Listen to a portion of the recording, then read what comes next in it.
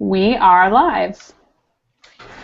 Hey, welcome everyone to Connected Learning TV. We're really excited. This is our first webinar of September that's in a series titled Back to School, Creating the School Year We Want to Live in.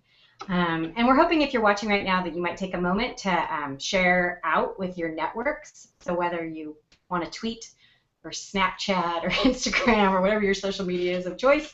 I'm Kim Jaxon, and I am an associate professor of composition and literacy at California State University, Chico, which is way northern California, and I get to, so excited, host the webinars this month because we have some amazing educators who will be joining us. This month we're looking at how we design and create our classrooms that both curate a culture of kindness, that are based on inquiry and curiosity, that help students see themselves as experts, and we'll end the month talking to educators who do a really nice job of maintaining some of their own professional curiosity even when the school year gets really busy, which is very hard to do.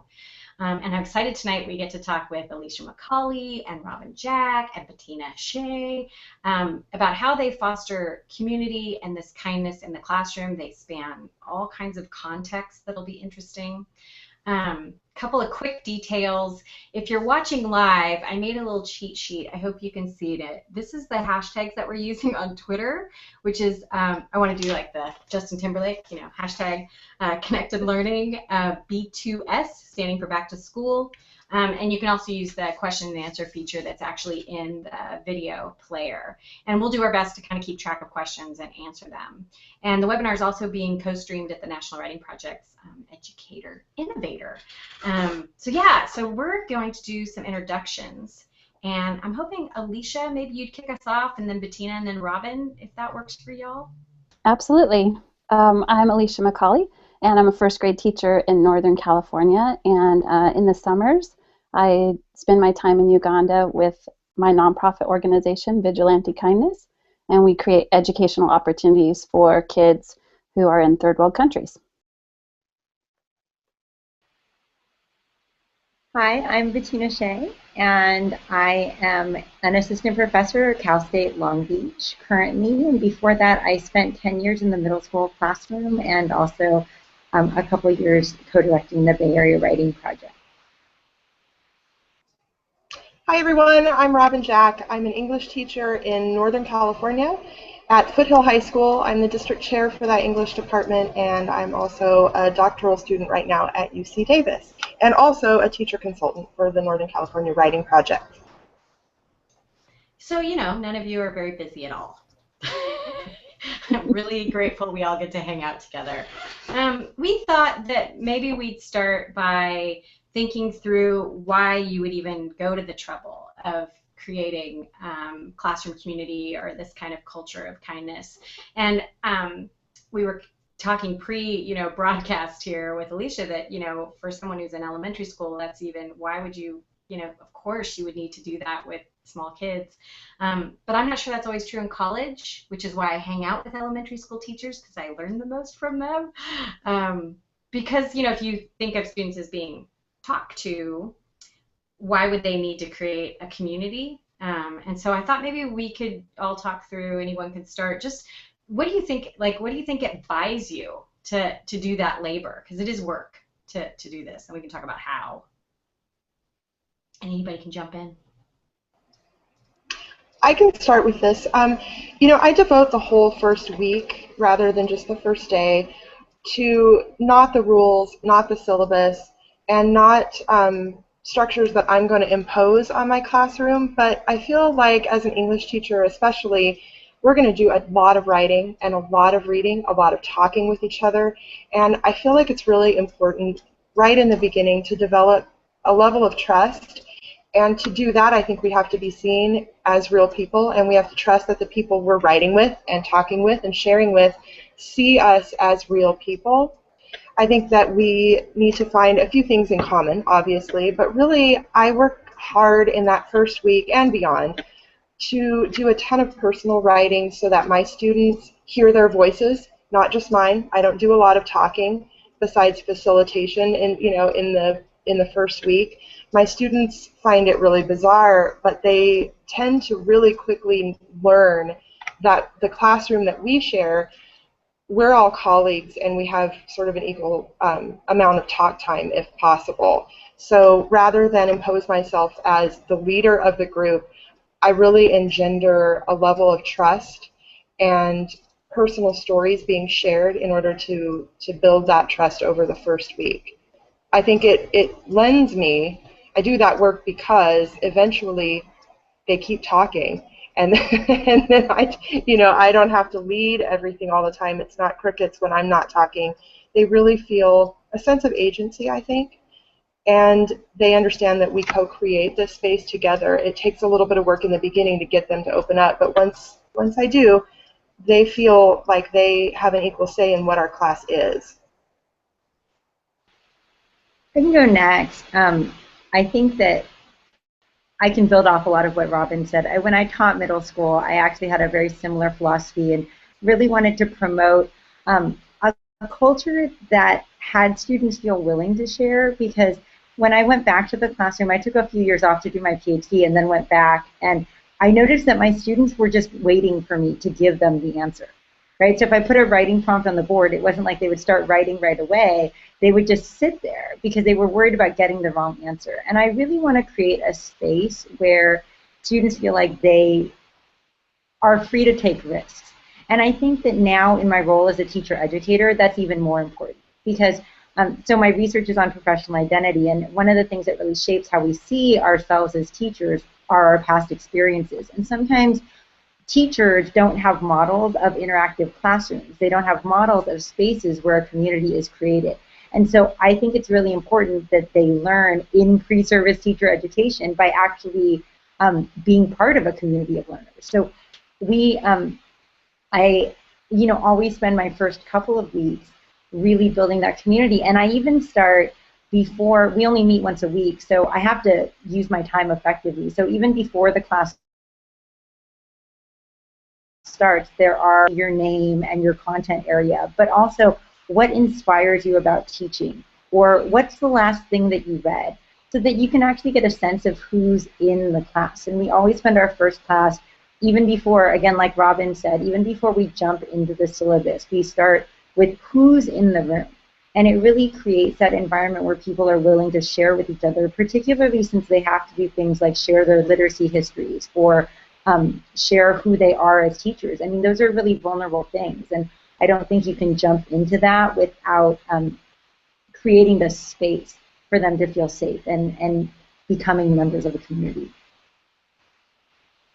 So sort of piggybacking off of what both of you said, which is always interesting to me, that what I do in first grade is so similar to what you do in upper grades, but one of the things that we spend the first week doing is and this is with 6-year-olds. People can't believe that I do this with 6-year-olds, but we do a lot of get to know you things, because my room is like their second home. They're still little, and so one of the things we do is, with my 6-year-olds, we write a social contract.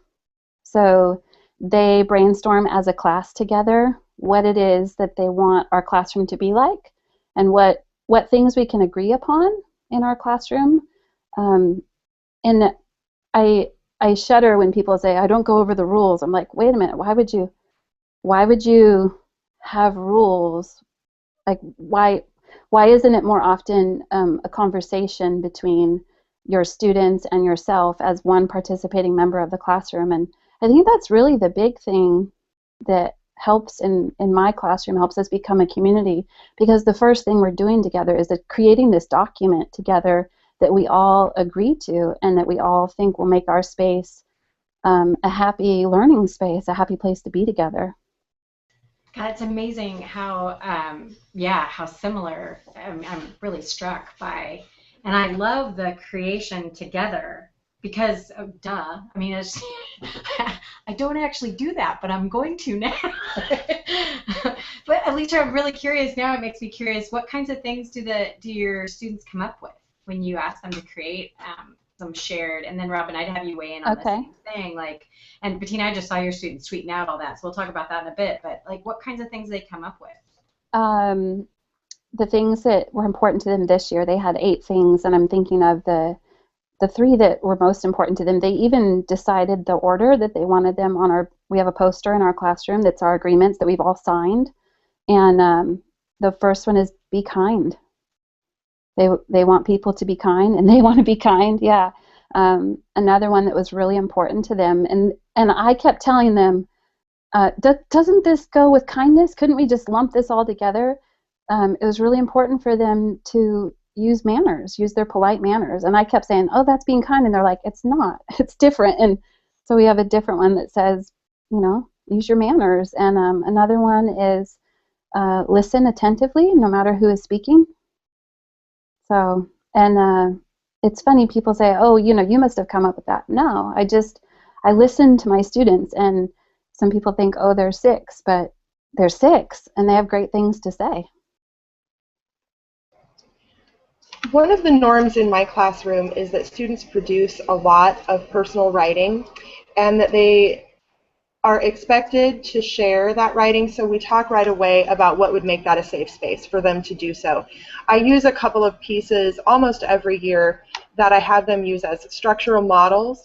So I use Jamaica Kincaid's piece, Girl, and I use Dave Eggers' piece, The Accident, and we write some personal pieces modeled off of those, so they get to choose whatever topic they want. I have kids writing about the enculturation of how you can become a band kid at high school and so forth.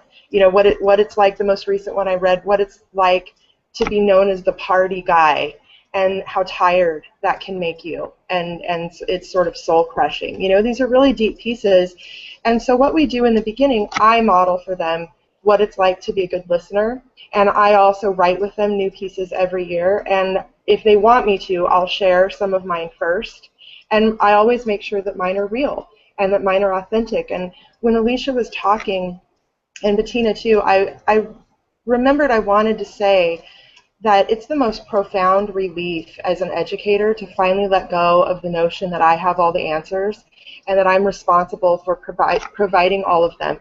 Because I think for a lot of years as a teacher, when I operated that way, I was really lonely up there at the front. And when I realized that it didn't have to be that way, it was, like I said, it was the most profound relief to realize that I was in a room full of colleagues and that we all made meaning together, and we created this space together. It's going to be that way anyway. It's just whether or not you recognize it, I think, as a teacher, and whether or not you get to be a part of the thing that the students are a part of. Because sometimes I think I've created a space where I got left out. Yeah, it's really interesting that Robbin says that, because it really stood out to me, this idea of the identity of our students, like finding out who's really in the room. And that actually makes my job a lot easier too, because I feel like, oh, I'm not walking into this group of people that I'm afraid are going to judge me, because I actually know that, so-and-so likes this, or this person, was an English language learner growing up, and so they can really identify with these issues, or this person had a really negative experience with literacy, so they're still insecure to this day, but they know they have to use it in their classroom. And so it really helps me to get that perspective of who's in the room, and really helps me to support my students in a better and more clear way. And then, the other thing that Robbin said that I just really wanted to pick up on was this idea of, we get to be a part of that community, which is really such a privilege. I'm always just so moved by who my students are. Whether it's me reading their literacy autobiographies, or who they are as teachers, or the insights they share in the classroom, I'm just so moved that I get to be a part of their community and to see what they create. And it's funny because in both my classes, this is the part of the semester that we're in, is creating classroom community. And it's so interesting because one of my students last night was saying, well, when we were sharing our literacy autobiographies in small groups, it was really good to hear that some of my other colleagues had similar struggles to what I had, because, you come into the credential program and you think that everybody knows everything and you're the only one who has any insecurity. And he's like, it's really different when the professor's like, oh yeah, I struggled with literacy too. Because you're like, oh, she's just saying that to make me feel better. But when your colleagues are actually saying it, then you feel like, oh, okay, like I do actually legitimately belong here. And that goes a long way, because I hope that they leave my classroom and are lifelong collaborators, right? That they go on to staffs of their own and work with their colleagues in this way. And they're not going to get that experience, or they're not necessarily going to know what that experience is like without having the opportunity to experience that in a classroom. You know, I'm also struck by at the college level too. It's a lot of students tell me they can get through their day or their week without people knowing their names. And I think the kindness, I know Alicia's like, what?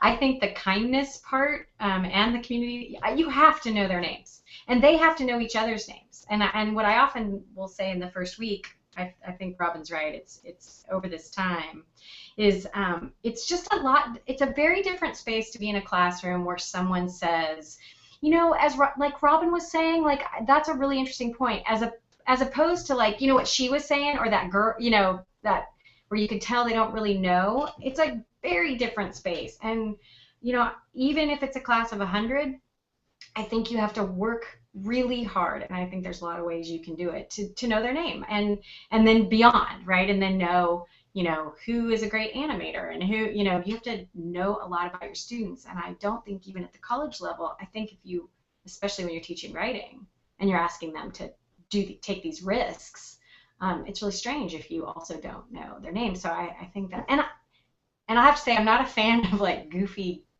I don't mean to be blasphemous, but I'm not a fan of goofy games to do it. Like, I don't want to take 3 M&Ms, and I don't want to pass the yarn around. I just want to, like a grown-up, learning everybody's names. And I know people do cool stuff. I just can't. I'm enough of an introvert that it flips me out a little bit to do that stuff. You know, so I thought maybe it would be really good. One of the things I'd like to do throughout this series is really talk about day one. You guys have already talked about I don't think particularly new teachers understand how much labor goes in pre-classroom space, designing the space, the things you know about students before they walk in the door. I'm memorizing rosters, stuff like that. And I thought, Robbin, maybe you could kick us off, because I know you think really carefully about how that space is configured, and then everybody can kind of chime in. Like, what's your classroom look like that helps with the community side of it? Sure. So I demolished the front of the room, and because it became a little bit bizarre to me that I'm one person in a classroom, usually of even 35, 38 students, and I control more space than any other one person in the room. And I just thought, you know, if I got underneath to what that meant, sort of theoretically, it didn't sit well with me. So if I wanted them to be equal co-constructors of what we're doing in all of our learning, so I moved all the desks out. We have tables that seat 4 to 6, and students sit facing all different directions in the classroom. It's easy to turn and look at, you know, the computer screen that's projected on the wall when we need to. And I'm not the only one who controls that either. But typically, I wander around, they wander around, and we sit in different configurations based on what activity we're doing at the time. So if we would like a little more input on a conversation about, for instance, a piece of writing, then we might sit in larger groups of, let's say, 8. Just yesterday, we moved all the tables to the middle, and we sat in a huge, you know, circle, because they said they really needed to sit and conference, and they wanted to see everyone's face, because they felt like they weren't getting enough input from, you know, from everyone. They wanted to hear new voices. And so I walk around, I don't lecture, and I think that's sort of a really important point, is that, and I was guilty of this, I think, in the early phases of my group work. I put everybody into groups, but the activities were kind of the same. So it functioned just like as if we were in desks in rows, because I hadn't evolved quite enough to really, I guess, reconfigure my role and re-understand my role. But on day one, for instance, students walk in, they get to sit wherever they want, and they're social beings just like I am, so we're all introducing ourselves as we sit down. They want to know where I go, because they can't figure out where the front is. And so that tension right away gets them thinking and questioning what this class is going to be like, which I think is awesome, because they get to say a large part of that. And before we do anything else, we sit down and we write. And I tell them right up front that it's part of this, at least they get to pick which parts are going to be a public piece of writing, just so they know where to aim with what they're saying. And then we do some writing and we share it right away. So immediately on day one, everybody has some talk time, maybe not in front of the entire class, but at least in front of about 6 or 8 people. And I think co-constructing what the class is depends on people looking at other faces besides mine the entire time. And I also think that when they sit looking at each other, they feel uncomfortable waiting for me to provide those answers because they're staring at somebody else. So typically they jump in and have a great conversation just because of the configuration, and then I think the safety that we build over time. You know, I just want to, before someone jumps in, I just want to really highlight like this really important thing that you narrated, which is you do the things that matter in your class, the beginning of your class. Like if you want students to talk and you want students to write and you want students to share, you ought to do that on day one. Like they ought to know from day one, right, that these are the things that matter, and so we're going to do them. Yeah. And I think I get a really important added bonus, and this maybe wasn't something I did on purpose or expected, but because I model right from the minute we meet how interested I am in their thinking processes, I didn't really mean to model it, it was just sort of genuine, but they took it as a model for talking then and focusing on their own learning processes. So I got this huge metacognitive aspect that really surprised me in the beginning of doing class this way. I thought it was wonderful.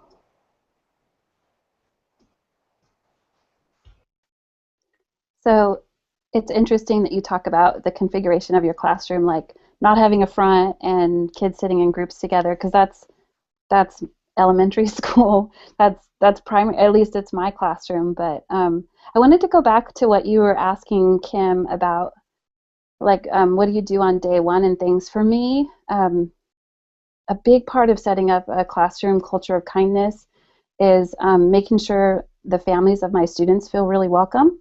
And because, you know, I'm taking their babies. I'm going to be with their babies 6 hours a day. And that starts on my classroom website.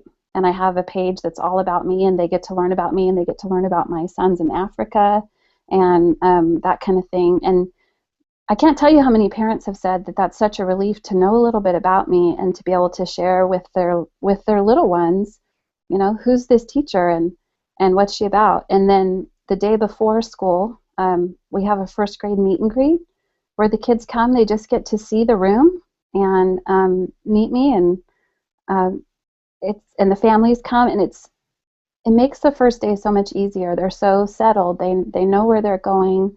They know that a friendly face is going to be there with a hug. And then the other part of my classroom configuration that is really important, and I can't stress this to new teachers enough. Every time I have the pleasure of working with new teachers, I always tell them your group space has to be the priority. You know, you have to create with little ones. You have to create a space where we are all together and we're doing this. And my group space takes up so much of my classroom because I want them to know that who we are as a group is so important. It's a really common thing in Uganda to hear kids say, "I am because we are," and I really try to make that true in my classroom too. That we're this team together, and we're going to be this team for only 180 precious days. Love that. I love that. Hey, Betina, as you chime in about the things you think about with the you know, structuring even pre-class or that day, can you kind of tie into the things that you do? I know that you've got your students jumping in on Twitter. Like you use social media. You and I both do that. But you do it. I mean, you have cool stuff really fast. Like. Yeah, I can talk about that. So I actually use the learning management system that we have at Cal State Long Beach. It's called Beachboard, to set up that community, like I said beforehand. I don't have as much control over my space as Alicia and Robbin do because I'm just put in a classroom. But I've been really lucky that when I'm on campus, I'm in the active learning classrooms. I've made a special request to be there. So I have students writing on desks because we have whiteboard tables. So I have students writing on desks. I have them collaborating with each other from day one because one of the things that I think is really important is I tell them that the objective of the first course is for them to get a sense of the course so they can choose their participation. Because I really want students who are going to be there. And I expect a lot from them, and I want them to know what the class is about. So they're going to be talking with their colleagues on the first day, and they're going to be writing, and they're going to be reflecting, and they're going to be thinking about who they are, and it's going to push them in ways that they hadn't thought about before. So I set that tone really early as well. But going back to what you asked about, Kim, in terms of how I use technology, so before the first day, as I mentioned, I have them do these introductions. I have them respond to two of their colleagues. So walking in the room, they already know two people's stories, right? And then when they get in the room, you know, sometimes they know each other from other classes, but sometimes they're like, oh, I read your such and such. And so they can already start that conversation then, and then we do some partner activities, etc. But I require Twitter in all of my classes, and it works much better in my on-campus classes because I'm blocked when I'm here at the high school. But I still tweet about what we do, and I still require it. And Twitter's been a great tool because we have a class hashtag, and last semester was fantastic. I had students live tweeting our class, so you know, I would see what they were taking from lecture. I could respond to them if they had questions and I was in the middle of saying something or we were in the middle of a share. They could tweet their questions and I could get back to them during the next pair share.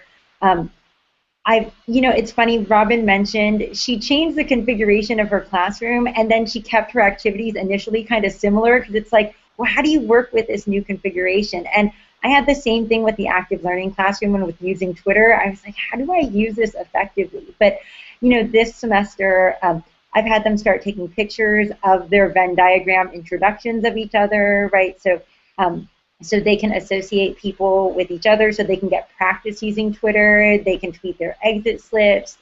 They tweet responses to each other, and they have to follow each other too. So then some of them are retweeting each other, and it's just a really neat way for us to stay connected throughout the week. Because unlike Robbin and Alicia, I only get to see my students once a week, and I only see them 15 times if I'm lucky during the semester. So we've got to do community building on speed really quick because there's also a lot of content to cover. So I really like using social media, particularly because they're adults, because it keeps us connected throughout the week. And I actually had a student today say, Professor Shay, you are so fast, like with Twitter. Like I tweet you a question, and then like 2 minutes later, you like ask me, you like answer my question, and I'm like, yeah, I just have no life.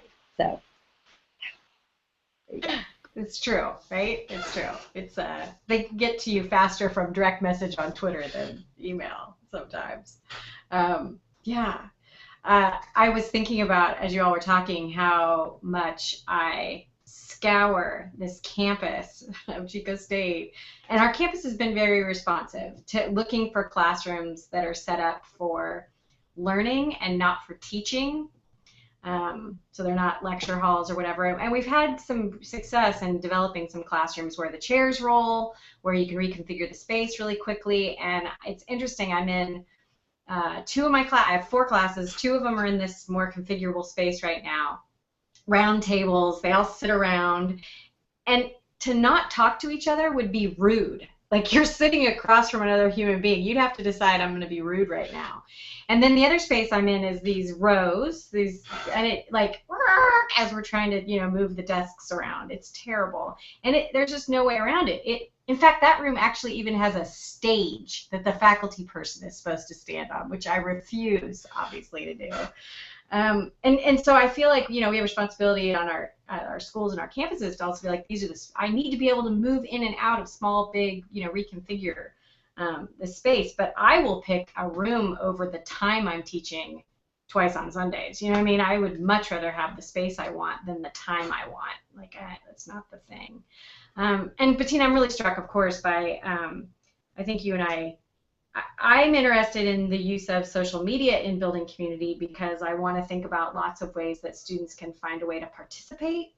So not everyone's comfortable talking in class, especially a large class, but maybe they can tweet, or maybe they'll blog, or maybe they'll be a great responder on Google Docs, or maybe they'll be the one who talks in class, or they'll take the lead.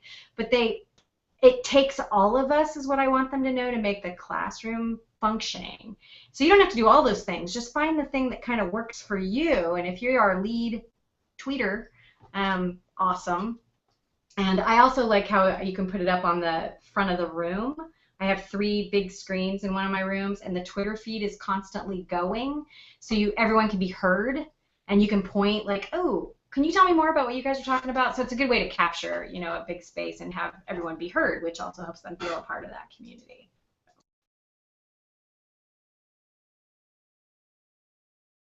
I'll come back. So let's think about like how we maintain it. Once you've got some kind of community, let's say we can even hit the like, we all know it's not tidy. So like, yay, we're all best friends now.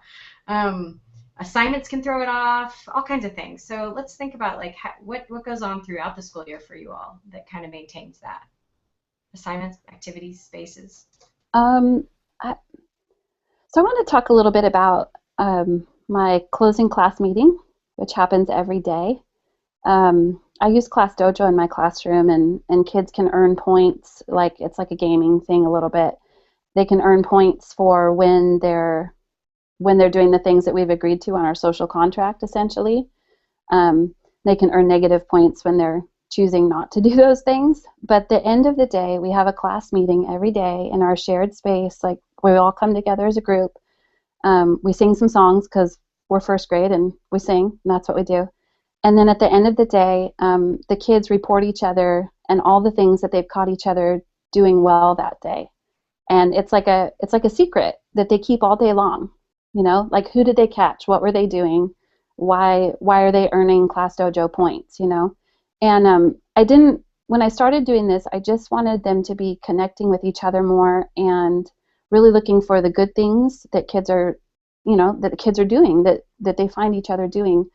But an interesting thing happened.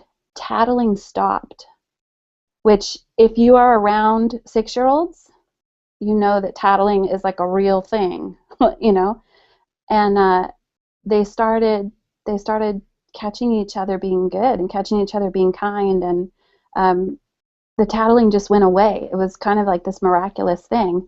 And yesterday, it was so sweet. One of my little boys, his grandmother passed away suddenly about 6 months ago, and he talks about it every day. He's just brokenhearted. He was so close to her. And I was doing a book talk yesterday, and I didn't realize one of the books I had was a book his grandmother used to read to him every day. And I did a book talk, and then I handed it to another kid. And the kid whose grandmother passed away was so upset about it. And so I got to talk to him a little bit about it. And he said, "Can I read that book when that kid's done? And my grandmother used to read it to me." And I said, "Sure." And so I talked to the other kid who has the book. And, he says, "Of course you can read it when I'm done. No problem." And the little kid who had the book took it over to the little boy whose grandmother had passed away. And the little boy could not remember the words. And he's not a reader yet. He knew the pictures. And the other little boy said, "I'll sit down and read it to you." And I know, I can't even go there. And at the end of the day, the little boy whose grandmother passed away, that was what he reported about the little boy, that not only did he share the book, which is part of our social contract, but he went above and beyond and made sure that this little boy got to hear the story that was important to him. And it's because of those daily meetings that we're having where we're catching each other being kind. And it's not just me looking for them being kind and doing the right thing. They're looking for it in each other every single day. I love that story, Alicia. Seriously, don't make me cry on this webinar, please. But it leads to something that I wanted to say too, is that when you start these kinds of processes where students feel completely invested in what you're building in that classroom, and they know that they're essential to the way it functions, you don't really have to maintain it as a teacher. At least that's been my experience, because they'll do anything to protect the safety and everything. I mean, they built it, so they want to protect it because they're completely invested in it functioning well. So Robbin, can you say a little more about this is a hard thing, I think, for particularly new teachers, to get like how you can tell like what the signs are, you know? And obviously Alicia's got a very obvious, you know, there's a sign that there's a caring moment going on in your class. What are the kind of moments where you're like, okay, there it is? When students are reading their work and you can hear a collective gasp of awe or shared laughter when they're done. I've never had, after I've modeled what it feels like to get praise after you take that risk of reading publicly, especially something personal, then they take over. And so now they have me modeling what, and them feeling how much they loved getting those kudos. So then they want to give it to other people. Also, I think it's really important that I treat them with respect in terms of always having something that's challenging. I don't mean to say that we always write personal pieces or that everything's really easy or there are not rules.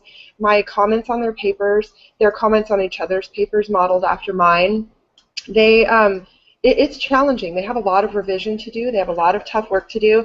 But we talk in the early days especially about how that's a sign of respect. That if you don't ask much of a student or a teacher, then that's because you probably think they can't do it. And so we build this culture early on that colleagues ask the hard questions out of respect because they know and they trust that that person has what it takes to respond. And so I don't know. My kids are teenagers. Some of them are 18, so they're legal adults.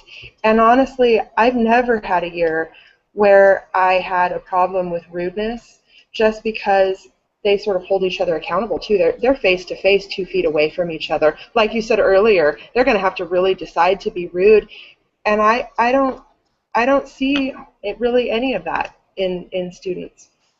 I think maybe because they help build the structures and they feel a huge sense of ownership in my classroom. Yeah, I love that.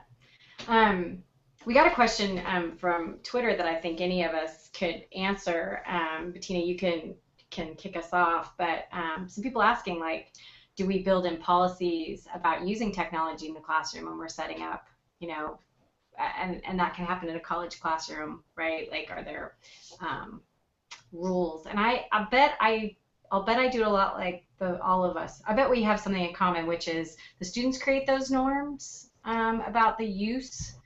And, you know, I think of a tool, like this is a tool. My glasses are a tool. I don't think of technology as just digital. So I'm probably a little bit of an outlier for other faculty. But the students create norms around their use. It's not a special treat. We need all the things available to us. But I also feel a responsibility, I have to say, to, especially I work a lot with future teachers, to help them create a professional digital identity. And so we talk about that and maybe the affordance of separate accounts and private and public, and what do you find when you search yourself. I mean, I think it's more of a conversation than a kind of a contractual relationship. I think it's more of a conversation about why we're using it, what function it serves, returning to that. So Tina, do you want to say a little bit about how you work with that?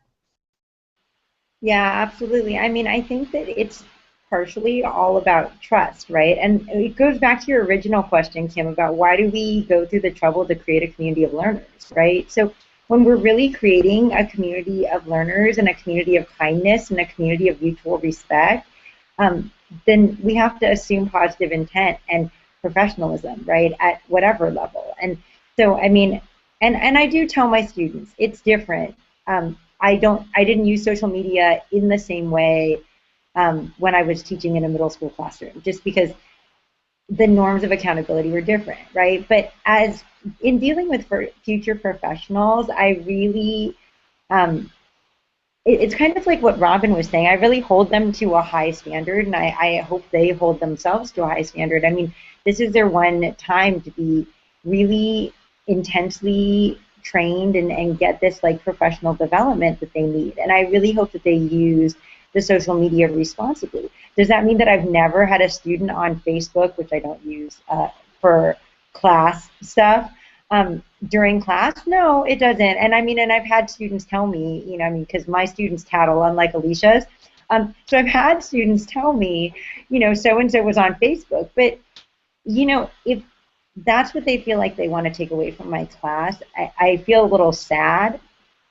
But I also hope that they're taking other things away from my class and that they're participating in their own way. I mean, I think I just, part of being part of a community is assuming positive intent and not, I mean, it's just like I tell people, if you have an emergency phone call, go take it in the hall, because I don't know what's going on with my students. And I think part of this whole community of kindness is me not assuming that I do know, and assuming that just because they might be on social media that I didn't sanction, that they're doing something disrespectful to me, because maybe they really want to be in the class, but they need to be on social media because they need to handle something in their personal lives. I don't know. And so my personal policy is to trust my students and to build in a class that's worth them being there, right? I really want them to feel like they want to be there, and that, and they have to do so much sharing with each other in partners anyways. They can't miss out on that much of the conversation because,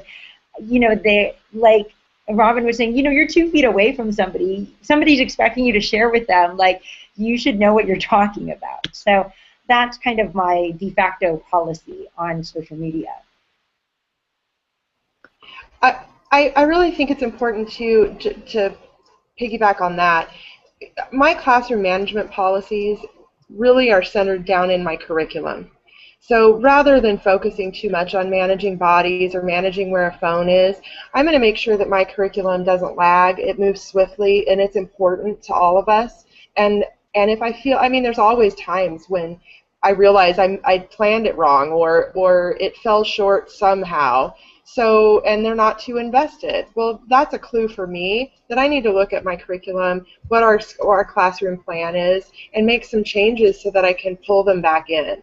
I mean, that said, I'm a high school English teacher. I take a phone every now and then. I do. I give it back later if it seems like it's a distraction. It's just like, if you brought in balloons or snow cones or something, it was a huge distraction. I guess we'd deal with it. But really, I focus more on my curriculum and making it move swiftly so that they don't have time to wonder about what's going on Facebook. But I really don't ever want to take their phone because we need it. It's my tool, it's their tool. We have questions all the time about an author or what he's done before. Today we looked up an author who had written a piece, and we wanted to know, about his background and if we trusted him as an authority. So immediately all the phones were out and we had to look him up.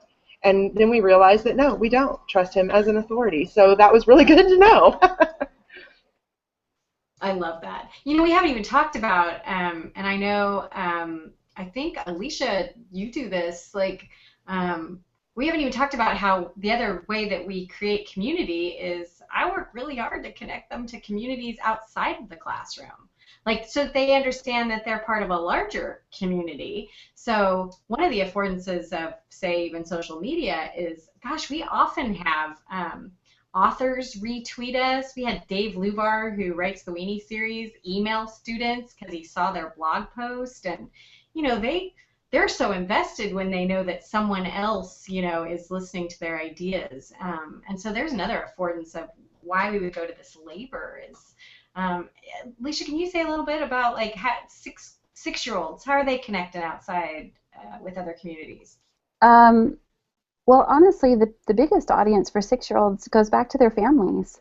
And our website plays a big part of that. They know that the work that they're doing is going to be, if we put it into a digital story or something, it's going to go to their families. And I can't tell you what it means to them to know that we're making something that's going to be seen by their moms and their dads and their grandmas and grandpas and aunts and uncles and brothers and sisters. And the other thing that, I don't mean to be a class dojo like lover, but it really works for my classroom. And one of the things that's great about it is you can send a message. You can send a message like a picture, sort of like a text, but it's within the community. I can send it directly to their parents, and so all the time they're coming up to me, Mrs. McCauley, can you show this to me? Can you show this? Can you show this to my family? Can you take a picture of this? And so for us, like you said, technology is a tool, and those tools let me connect them to their families when they're away from their families, and that's the biggest thing. That's our biggest audience, I think. That's really cool. Yay, and Robin's back too. Yay. I'm so glad. You know, I got to do some really cool work with Wendy Ferrone, who's a teacher at Chico Country Day, who's amazing, just like y'all. And all the students at their school have Twitter accounts through their school. And so we blogged with the seventh graders about books, my college students who are teachers and those seventh graders about books, which was already amazing. And then we did a Twitter chat, like a title talk, you know, where we just talked about books on Twitter with these. It was amazing. And they were, I mean, of course, one of the reasons I want to do this is because seventh graders blew us away, right? They're so capable. And so the ideas they had about books, and they read way more books than we did. There was all that going on. But I liked that it reminded all of us, like particularly for future teachers, it made the community very material and real. Like you're not planning to work with these kids later. We're going to work with them right now so you can see what they're capable of. And while it's a lot of labor, I was well worth it. Yeah. Yeah, I actually ask my students to connect with professional learning networks through Twitter, and that's actually one of the main reasons that I integrate Twitter into the classroom, because I really want them to start seeing themselves as teachers, right? So they're 1 or 2 semesters out from student teaching, and I want them to understand that, you know, they don't know where they're going to be in terms of a site. They don't know if they're going to be a one-person department. So how does my music teacher or my foreign language teacher, when they're the only person in their department, and sometimes the only Chinese teacher in their district, or something like that, or they're traveling between 3 sites, how do they form community? And so I think that idea of really using social media as a powerful tool to connect, and I've had some former students use that to connect with their classrooms. I've had others use it and participate regularly in Twitter chats with other professionals, but I think it's just a really nice way of them understanding that we are not just a classroom. And that it's funny because I had a student ask, well, why are we on Twitter and Beachboard? Like, can't we just pick one? And I'm like, oh, well, they're actually used for different purposes, right? So things that are internal to our community we use Beachboard for, but things that we really want to kind of share with the world and broadcast and let them know, or let others outside in on our world, we use Twitter for. And I think it's really, again, about being explicit about the different communities that we all are a part of. And I think that's a really cool thing about social media. That's why I love it so much. You know, I want to go back to something that Robbin said that I don't want to be lost in this, which is, Robbin, you said something that I don't think a lot of people think about, which is if they're not feeling a part of that space, you don't blame it on them. You know, right? I mean, the first thing you just said was, is my curriculum getting in the way, or my activities in the way, or my structures getting in the way? And I think that's a really different way to think about education than why isn't that student paying attention, or why don't they feel a part of it? So. Well, I guess I really like to think about it in terms of what I can do. I like to feel like I have choices, and it's not to say that once in a while you don't have a student who's just checked out for reasons of her own or his own. That's a thing, but I can't do a lot about that besides maybe speed things up, slow things down, talk to some, there's lots of moves I can make. I like to think about the things I can do rather than lament the things I can't do anything about. And so I guess that's my focus, is how can I do a little something? Plus, I find it fascinating to make some changes or tweak our lesson plan or whatever. So I find it really enjoyable to think about how I can constantly improve what I'm doing or make it more applicable. And a lot of times I'll just ask the students, how should we change this? In fact, this morning I asked them, what should I say on this thing I'm doing tonight? And we just talked a lot about what I've shared so far, but I don't like to back myself, I guess, into a corner where I don't have any choices to make as a professional. I like to constantly think about what I can do and how I can make things better. Alicia, can you talk a little bit about the different, so one of the things I don't know about what 6-year-olds can do, there's many things, My children are old now, so I've lost track. So the different configurations, like, do they give Yeah. feedback on writing? Like, Do they give feedback on writing? the 6-year-olds give feedback on writing? Oh, yeah, absolutely. What's that look like? Okay, so in my room, I know, right? Like, oh boy, here we go. In my room, I have a document camera, which I never use to show documents. I have it turned on like a video camera on my kids, and we put on a TV show, and they read their writing. It's called this, and they named this, and this is so funny to me, Super Golden Rock Star Reader News. Yeah, I'm not even joking. And anyway, so they read their piece of writing, and then they can take questions about it from the kids who are seated on the carpet in our group space, or the kids can give comments and things, and I act as a note taker because that's a little beyond their capacity. But yeah, and then we do special applause and things for them. But yeah, we're about to get into that really heavily, and that's a part of our daily routine is them sharing out what they've written and what they're working on, and getting feedback from their friends. So how do you set up the expectation, or do you even need to do it much because you've already kind of created this community? How do you set up like attending to each other reading or those kinds of things? And what's the title of it again? It's Super Golden Rockstar Reader News. Trying to make my and and it comes from okay, so a lot of the behaviors are already established. Like they've already said in their social contract that they want people to listen attentively, and we've already talked about what does that look like, and that looks like engaging and asking questions and giving compliments and things like that.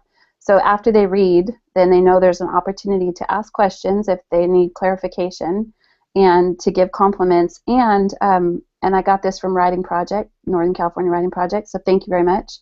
They're looking for the golden lines. And so my kids, when the other kid is reading, like whoever's reading on the TV show, the other kids will be sitting on the carpet and they're going like this, which is G in sign language. So every time they're flashing me this sign, I'm furiously writing down golden lines that we're going to hang in our classroom for the rest of the year. So it goes back to what Betina was saying about always assuming the best, and creating a classroom where they assume the best about each other and they look for that. Yeah, I love the idea of positive intent. Betina shared you. That's a great way to think about it. I mean, right? I just say a little trust and love, man. We got a little trust and love here. Like, no, you wouldn't do that because that would be rude. Like, don't do that. That's weird to do that. A little trust and love is a good thing.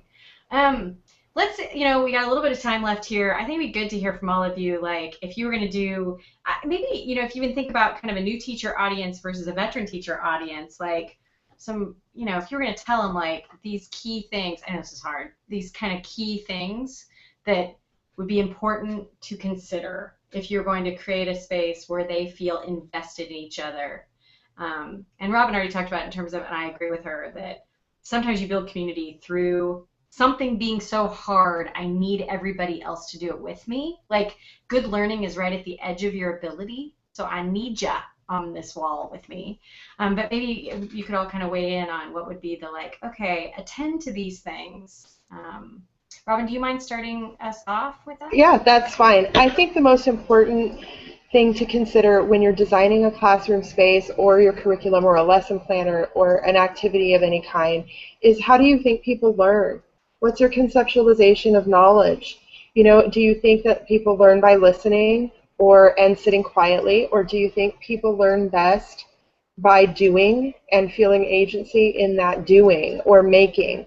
And I personally have to design a space because I believe in the conceptualization of knowledge as something that people make and build and construct. So I want them making and building and constructing and in a relationship almost constantly. It's not that they don't ever have time to reflect. They do. That's a necessary piece of it too. But my classroom is a physical representation of how I think learning works. And so I think for new teachers, you might sit with that and think back to an amazing learning experience of your own and what were the components of it, what made it so amazing, and then try to build a space that allows students to do those types of things.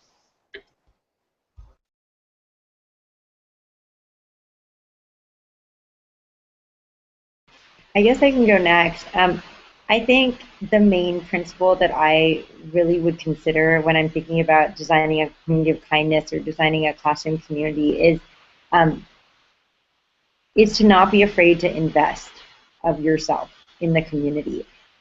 Because I think that fear holds us back in a lot of the relationships we have in the world, right? We always want to be seen as a certain thing, and that's actually the danger of social media, right? That we only put one part of ourselves forward. But I think that community, you know, Kim, when you said trust and love, I think community is really based around trust, and it's based around you get in, you get out what you put in, and if you are willing to take risks, if you are willing to put yourself out there as a model for students, then they feel more willing to be a part of that community as well. And I think that that really applies to both new teachers and veteran teachers, because every single semester it's hard.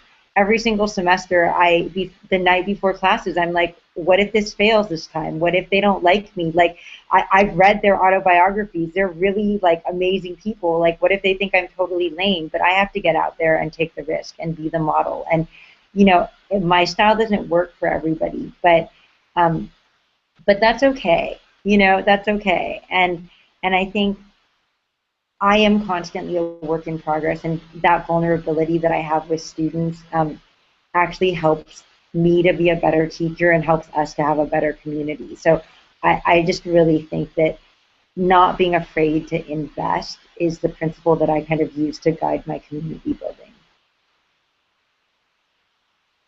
So I asked my students what I should say tonight because, like Robin, I was a little bit nervous.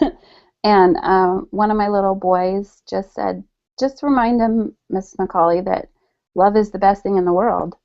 And it sounds trite, but from the mouth of a 6-year-old, he really means it. And I think that's the thing I would say to veteran teachers and new teachers alike, is that putting all this time in the beginning of the year is so worth it.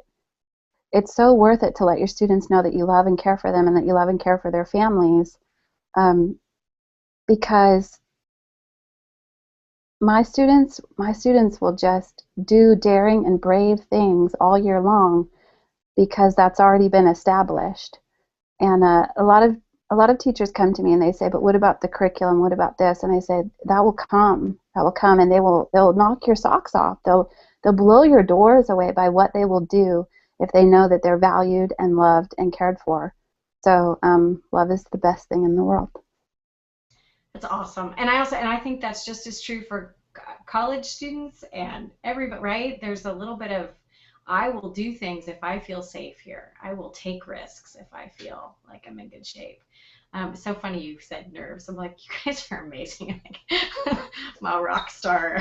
I just adore you all. Thanks so much for a great conversation. We're going to have to run out of time here, so we're going to wrap up kind of this first webinar, which makes me excited for the rest of them, for the rest of September, thinking about back to school. You can still continue the conversation on Twitter. It can go on for, which is nice, forever. Use it. I still like the Justin Timberlake hashtag. Maybe I'll just post that clip. Not safe for work, that clip, connected learning, or B2S for back to school. And then there'll be a full video recording. There's an archive that people can watch, so you can send to your families for them to watch on Connected Learning TV. And then you can share this with your networks. I get the Connected Learning email newsletter that tells me when things are coming up, which is really helpful. I did want to give a shout out for next Tuesday. I'm really stoked. We're going to be talking to some people around 3:30 our time, Pacific time, about there's a big push for student learning outcomes, and you're supposed to know those ahead of time. And that's actually troubling to me, that you're supposed to know those ahead of time. And so we want to think through how learning outcomes can be emergent, and how you can think about what students are curious about in a day-to-day kind of fashion. So yeah, that's our plan for next Tuesday. So thanks so much, everybody, for a great. Thank you. Yeah. Have Thank a you. great evening. Bye. Bye. Bye.